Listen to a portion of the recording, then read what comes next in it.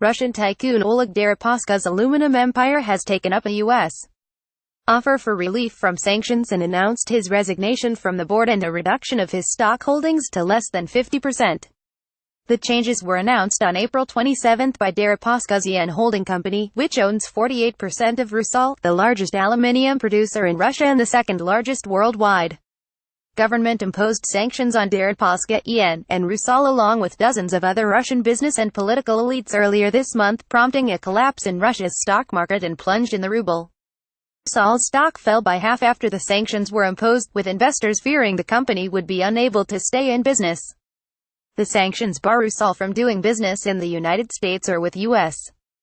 nationals starting on October 23, but the company's stock soared this week after the U.S.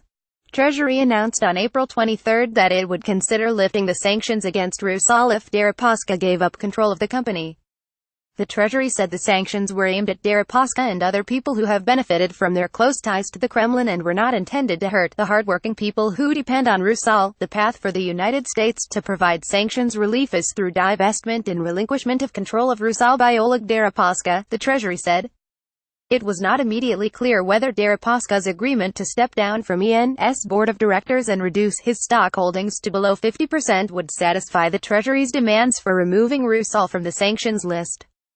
Treasury spokesperson said after the announcement that a reduction in the percentage of ownership by a sanctioned individual is not necessarily in and of itself a basis for delisting. Treasury conducts a thorough review of the facts and circumstances of each removal request in every individual case, the spokesperson said.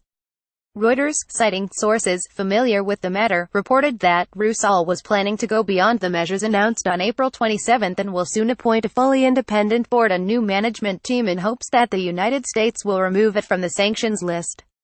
Rusal is in touch with U.S. authorities and hopes the measures will be enough for them to be removed from the sanctions list, one source told Reuters.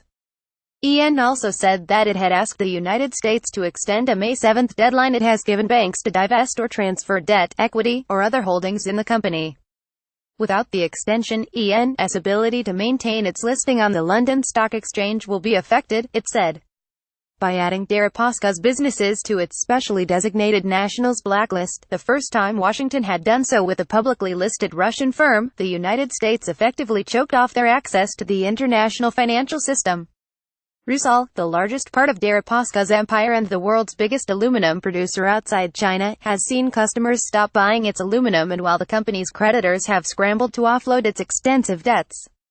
Reuters reported that if Rusal does not succeed in its bid for sanctions relief, the company will be forced to sell all of its aluminum in Russia's domestic market, including selling up to 2 million tons to a state stockpile for building Russian weapons and military hardware. Currently, Europe is Rusal's largest market, with 42% of the company's products sold there in 2017.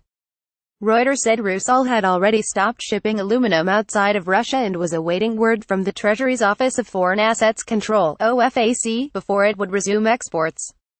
Rusal is now in a very close dialogue with OFAC. It is very important for the company to comply with all their instructions to get out of the sanctions, an unidentified source told Reuters. With reporting by AFP and Reuters.